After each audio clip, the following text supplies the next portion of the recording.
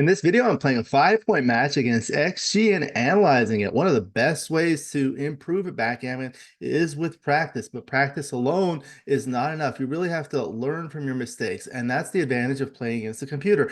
The entire match is automatically transcribed, and then you can look at all the errors and learn from them. And I'll show you how to do that in this video. Thank you for joining me. I hope you enjoy this video. Please like and subscribe, and you'll be notified every time I upload a new video. Let me know what you think in the comments below, what you'd like to see in future videos so I can work on that. With the membership feature, you can get exclusive access to the most popular videos. My book, Backgammon Strategies, is available. There's a link in the description to where you can get it. And if you're interested in lessons, please contact me via email. My email address is also in the description. Again, I'm playing a 5-point match against XG on a beautiful Backgammon Galaxy Void board with the Casio inlay. I'm playing the turquoise blue checkers at the bottom, XG the white marble checkers at the top. The XG board is made by Rain. He makes beautiful XG boards. There's a link in the description to where you can get it. Bearing off on the right, and here we go. So with an opening 6-3, it's a standard split. Now with the 6-2, hit and split the back checkers. 4-1 doesn't hit back. Now 6-1. Okay, so now I can hit here, but I think it's better to make that point and hit loose there. Double one will come in, split, and make the 5 point. 6-2. Okay, so now I have a 4 prime. That's good. Now it's a 3-point board. I have some shots. That's a good one. 6-1. 6-4. Okay, so I have some gammons here. I have some threats. I'm up by 23 pips. I think I could double here. If I win gammon on a 2 cube, it gets me to the Crawford score. Very good. So 6 and then 1, I'll spread out my checkers. 3-2, come back and hit. 5-1 comes in and safeties that. That will make the advanced anchor. 6-5 is a great roll. Double 4 is awkward. Now I just need to bring things home. 4-3, I can come there, or this will win some more gammons. I think I still have some flexibility here. I can play in the outfield. You see how if I play a 2 down, it's still 7 away from there. So and then 3s I can play okay from there. 4s are not that great, but it'll come with another number that's usually okay. 3-2 will make the second anchor. Okay, 6 and the 3 I'll play in. Lacking timing. 6, and I can bring the second one down there. Not afraid of getting hit. 3-2. Okay, start doing here. So here 5s and 4s are awkward. Here 4s are awkward. I have 1 to play with a 4. Okay, so that might be enough. There's the 4, and the 1 I'll play here. Now with this pair, I can play a 5 or a 4. Double 6 will have to break one of the anchors, usually the forward anchor, just like that. 6-1. I think so make the point and then do that, yeah. 4-3. Okay, so the 4-1, the 4 I'll play there and I'll slot. You could also do that, but I don't want to do that yet. No need for such a play. Double 5. Okay, so can't move here. Have to move 1 from there and 2 from there, and then I'll minimize shots here. Although I think it's the same number of shots, but I get closer. 3-2 hits. Okay, so now it's too good. It's a play on. There's nothing to lose. 4-3 comes out. 4-2 just going to try to bring things in, trying to bring the spares to the 6-5 and 4 points to make the ideal bear off structure. That'll allow him to, just like that, take off as many checkers as possible before he has to open the board.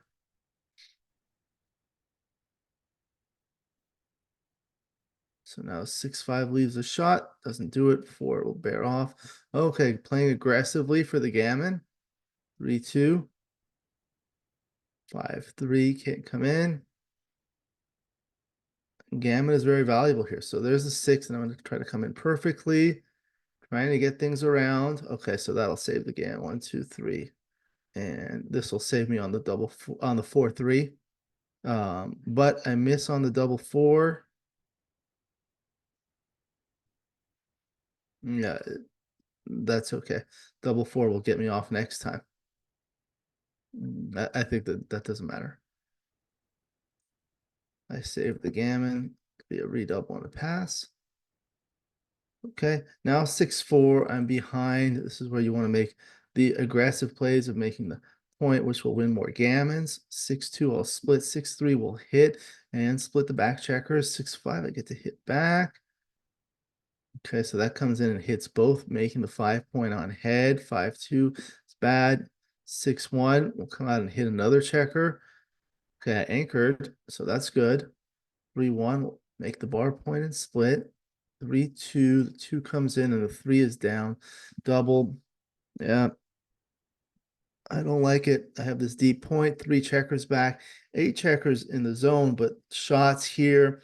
I don't want him to get to the Crawford game. I'll have to pass this one. 6-5 runs. Okay, so 5 away, 2 away. 6-3. Let's try to escape the last one. Now I'll slot the 5-point. That makes the bar point. Okay. Double 2, 1, 2, 3, 4. Okay, so don't have enough of a lead yet to double. 6-2, so 6-2 there. Just looking at my racing lead, it's 11, not enough yet. Need at least 12 to 15%. And this might cause me some problems here. 5-3. 5. 3, no. I just need to clear the midpoint. Now at this score, the leader has a very low take point. But if I do double, there's no value of cube ownership. 5-3, I can clear that point. Okay, so now we're talking. Now it's a double, but I think it's still probably a take. Okay, 6-5. 3-2.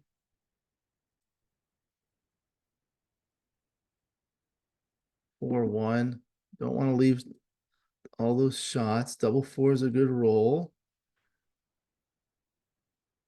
5-3 is great. 6 is forced, and the 2 there. I would have liked to leave 3 there. 4-2, I'll just bear off 2 checkers. 4 off, 1 off.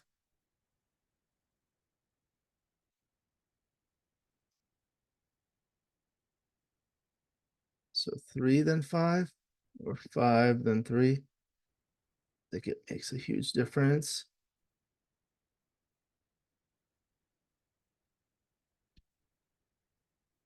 All right, so now it's 3 away, 2 away. I want to be aggressive. 6-4 will make the point on head.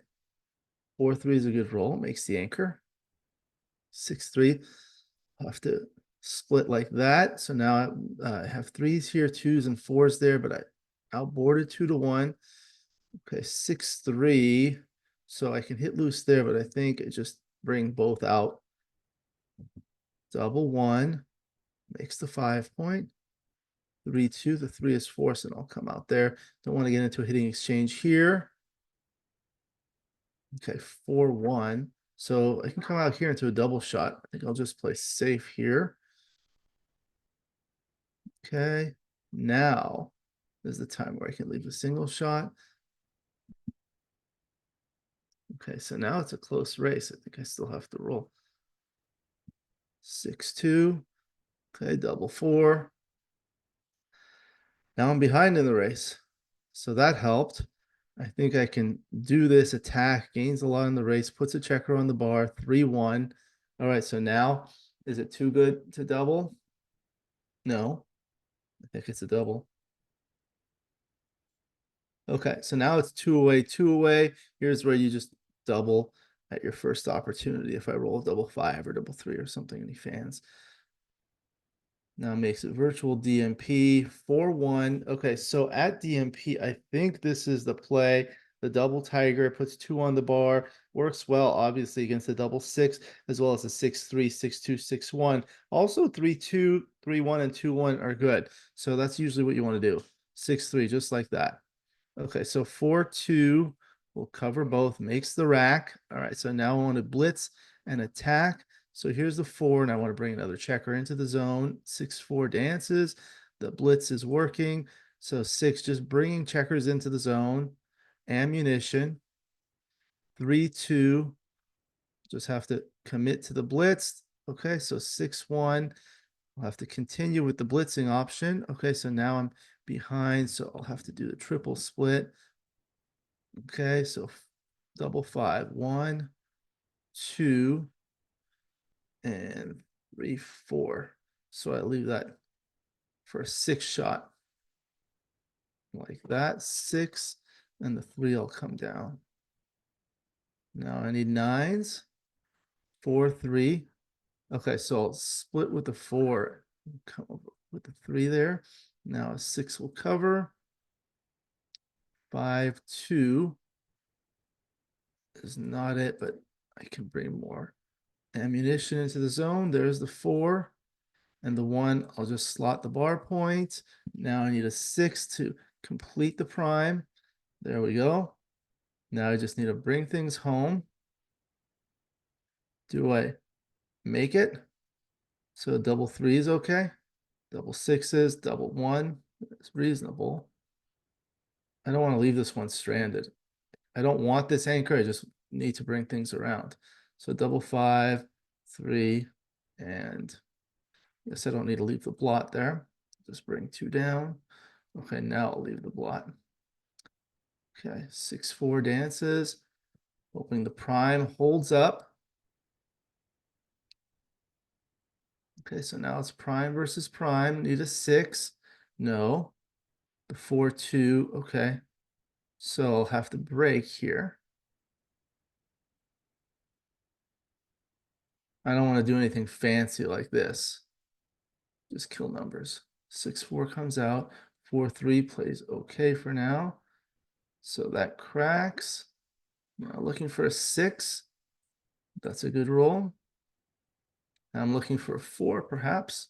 Okay, so this duplicates the 1 that comes in and hits. 2-1. Okay. So do I need a hit? Leave the double 6 anyway. Okay. I think I just hit.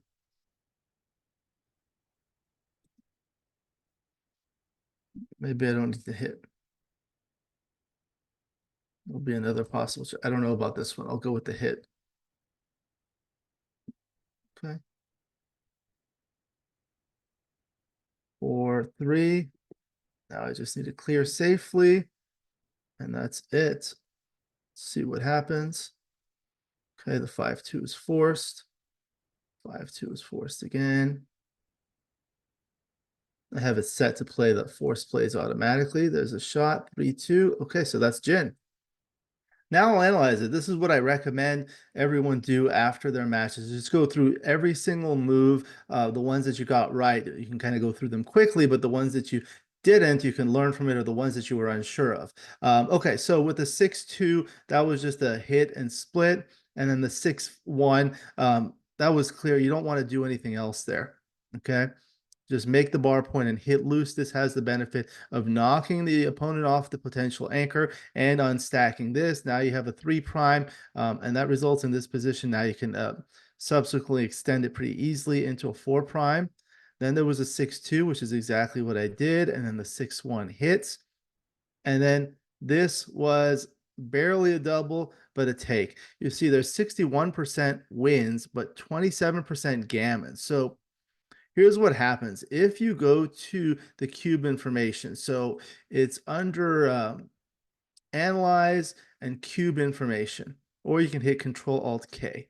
So you'll see this. What you want to look at is gammon value.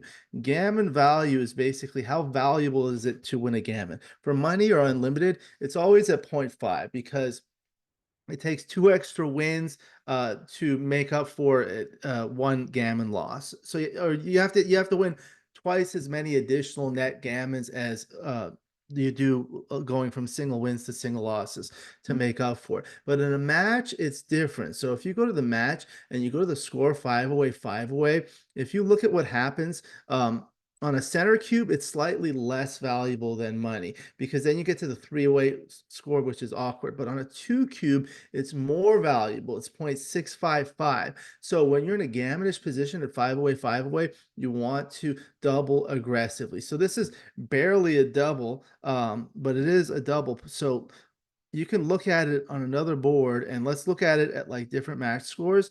So like for money, this is not quite a double yet. See, and it's not as strong, the equity. But if you go here, now when gammons are valuable, like when you're leading five away or when you're trailing five away, four away, you can double here. When you're leading like three away, four away, now it's not a double. Okay, because a doubled gammon gets you 1 point extra. So you want to think about that. The other thing you can do is go to dice distribution, and you go to analyze dice distribution or Control Alt D. And then I like to go to the graph. Then I click on the icon with the most red bars. That gives you the highest level of analysis. And I double click this so it makes it easier to see on a 2D graph. So you can move this around and see. Think about like what are your good rolls. So let's look at after double take, and this is the one. So you want to see what loses your market. So you see double four, double six, double five, double two, double one. So basically, like the doubles, double four is great, double six is great. It hits here. Double fives you can hit twice here. Double two, four, two. And even these other sixes are actually pretty good too. So that's a feature that you can look at. You can also look at the dice map. This is not great, but you see these doubles are huge, but even these ones that look like they're not so good, they're actually decent. Okay, so that's what you want to look at. And then the 6-1 hits and slides, redistributes the spare. I was hit back and the 5-1 was there. And the 6-5 was just running. Now this one, it actually liked the other option, which I was looking at. I did decide on this one. It looks like it wins more gammons, but it loses more gammons too. And it actually loses, it wins 0.6 more gammons, but loses 0.7. So the net is actually negative. And this actually wins more games. So one of the things, if you don't understand why, so you look at this position, it's a little awkward. After this, if I make this play, the top play, which results in this position, the fours are going to be awkward because white cannot move a four from here, nor here. Have to be played here, so that becomes awkward. But when you do this, now the fours enter an anchor. So like 5, 4, 6, 4, 3, 4, 4, 3, 4, 2, and the 3, 2, and things like that. What you can do is highlight the two, right click and go to dice distribution, and this will show you the dice map. Now this, it looks like it's better on this side because there's more green, but they're not on the same scale. So I do it on a different one. Let me close this and show you. I've created one here where you can see. So this is the dice distribution tool that I've developed myself. This shows the equity heat map for play A, and on the upper right is play B. So let's go back and look at it. This is the resulting position after play A, 13-6. It leaves it here. And then play B is the play that I made, which results in this position. Okay, so here it shows the heat map. So this shows the equity after the top play, after the opponent rolls any of the possible 36 numbers, double 1, 2, 1, 3, 1, and so forth, and the average column on the right. The panel on the upper right does the same thing, but for the selected play. Okay, these two are on the same color scale. Whereas the ones on XG are on different color scales, so it's harder to compare. Blue is good, red is bad. The darker the blue, the better. The darker the red, the worse. And you can see big differences here. The panel on the lower left takes the difference of these two. So it takes the equity value in a given cell in heat map B on the upper right and subtracts that from the equity value in the corresponding cell on the upper left. So you can see the swing rolls. In the lower left, blue favors A, red favors B, and it's plotted on a vertical bar graph. So you see the 3-2, the 6-4, all these fours. You can see all the fours across. Those are the ones that play awkward. Okay, so you can see that. The other thing I have here is the second rolls. So you can see basically all the second rolls play so much better afterwards. And if you go back and look, you'll see what happens here is now you're stripping all these points. But after here, you have much more flexibility to make some of these points. So that was the idea. I mean, you can make the point now, but in the future, then you'll be less flexible. So that's an exercise that I do and I recommend. All right, continuing with the 6-3, bring one down and in. That was straightforward. The 6-5, this was the time to leave that. And the 3-2 safeties. 4-1, I had to play behind. And the 6-1, what else was there? Actually, this double, yeah, that's fine. And the 4-2, oh, the 4-1 is slightly preferred 6-1, but that's not a big difference. Double 5, you had to minimize shots. And then I was hit here. There was nothing I can do. And I finally came around and saved the gammon. So it was a redouble and pass. Now game 2, this is where you want to make the 2-point when you're trailing, and then the 6-2 was the split. 6-5 comes in and hits. 5-2 was forced. 3-2 was forced, and I was here. And this turns out to be a very big take. So I think it's because of the score. So look at this. This is one of the indications. If you don't see it, you look at the cubeless equity double 1.254, and you look at the cube full equity for double, it's 0.792. So that's over 450 millipoints of difference. That's a lot. That means I have a lot of value in owning the cube. Let's go to another board and look at it here. So this is what I do. Look at it for money. It's a small pass, right? Now let's look at it, but at this score, it's a comfortable take, and that's because I have a lot of value of cube ownership. Here, the difference is only 209 millipoints, so you don't have as much value, okay? So that's the idea. If the score were 5 away, 4 away, now the doubled gammons, see lots of gammons, that wins the match, so it's a pass. At 0-0, it's a small pass. So it was only because of the score. Okay. What could I have done? What could we have done to make it a pass? What about this? Probably not. That's actually worse. What about this? Yep. And that gets closer, and then you do this. This is the exercise that you want to do to see what makes it a take and what makes it a pass. You have to give them a lot at this score. See, that's the break-even point. Okay. It was just because of the score there. All right, on to the third game. The 6-5 was straightforward. Then the 6-3, once you've escaped one back checker, there becomes an increasing emphasis on escaping the back. So you just want to run all the way. And here, yeah, didn't want to restack this point. Wanted to make those both points. Now 6-1 just safeties that checker. 6-2 plays behind and redistributes the spare. And the 3-2, 11-6 was close. When they're within 10 millipoints, it's not a big deal. 5-3 just played there, and then had to play there. 5-3. And this was actually not a double. Because of the low take point. I guess let's look at it here. Okay, so you look at this for money. Here. So here's the thing. The dead cube take point for money is 25%.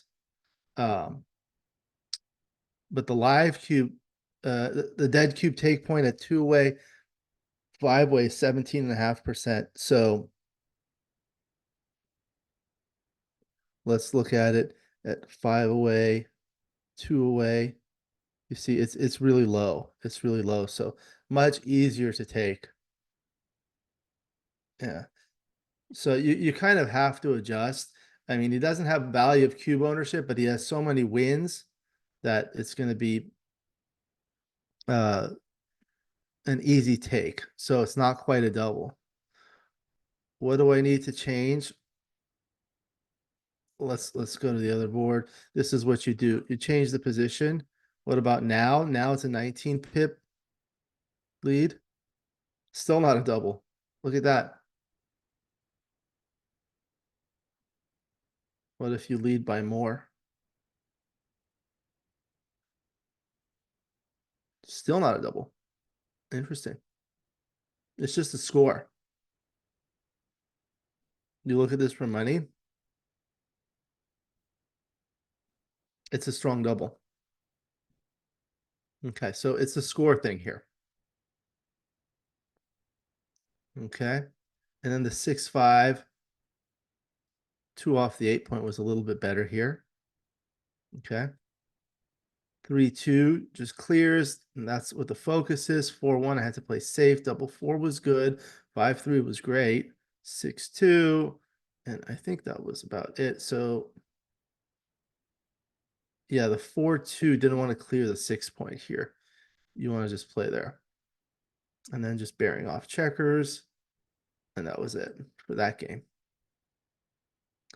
Game 4, I was down 2-3, 3-away, 2-away, the 5-1. Okay, these are close. And then the 4-3 anchors, 6-3 hits and comes out with the other checker. 3-2 come in and then safety. 4-1, I had to just play safe. 6-2 comes around. 6-2 again, I had to play safe. Double 5 was a great roll. And this was a double and it was a pass. I was thinking it may be too good, but you think about the reference positions. I mean, I do have extra checkers in the zone, but there's all this here and still 29.7% wins. So then the final game, 2-away, 2-away. Here it's kind of like a borderline double, no double. There's actually an error here. Don't have enough market losers. So let's take a look here and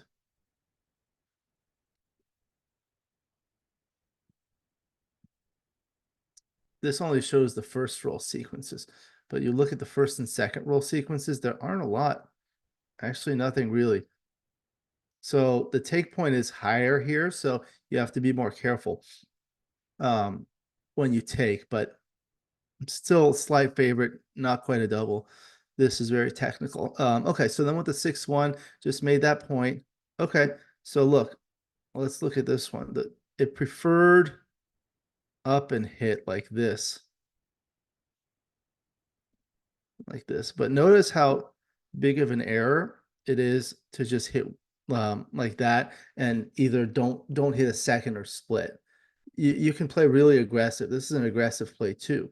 Slots both points, only puts one in the air. Yeah, it's going to win some more games. So that's the idea here. Okay. Then the 4-2 covers both. 5-4 attacks. Okay, and the 6-3. 3-2, you want to continue the attack.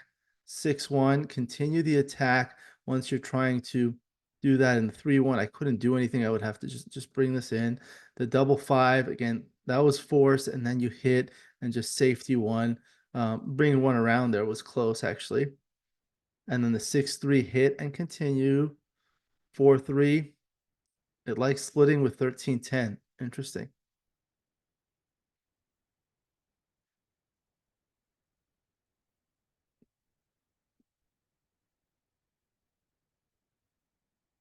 This one. Okay, those were close.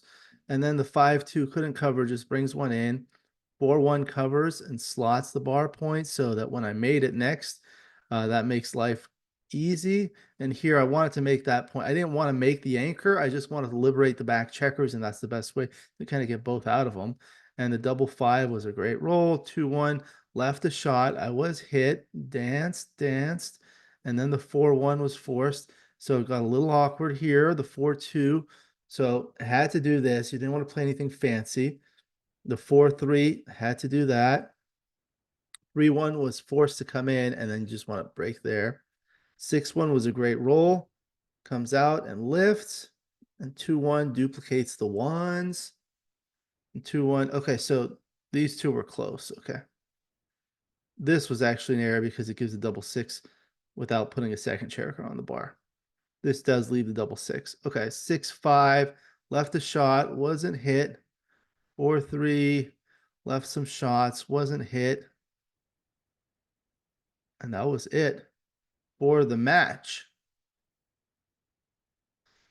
So that was a good match. It's always something to learn. There was that one, the biggest one is that double at the score, it was a take just because of the score. So when you're at 5 away and the opponent's 3 away, double gammon is not that valuable. So that's one of the things that's important to understand. When is a gammon valuable? When is a gammon not valuable? When the cube is turned, a gammon will get you 4 points. So if you're 3 away and you get 4 points, that's 1 point of overage extra that you don't need. So you want to kind of avoid that. But he had such a strong position that it was still a double. And because of that overage and because of the value I had in terms of turning the cube around, I have a good value of cube ownership.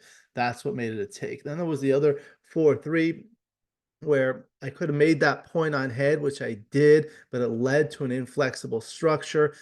So that one I learned it's better to just bring things home. So these are the things that you do. Use the dice distribution. You use various tools in XG to learn, and that's the best way to improve. It's one of the best ways to improve. Learning by studying your errors and the moves that you weren't sure of. You can also change the score, modify the position, see what happens. And that's how you use the tools in XG to learn and improve. Thank you for joining me. I hope you enjoyed this video. Please like and subscribe, and you'll be notified every time I upload a new video. Let me know what you think in the comments below, what you'd like to see in future videos, and I'll work on it.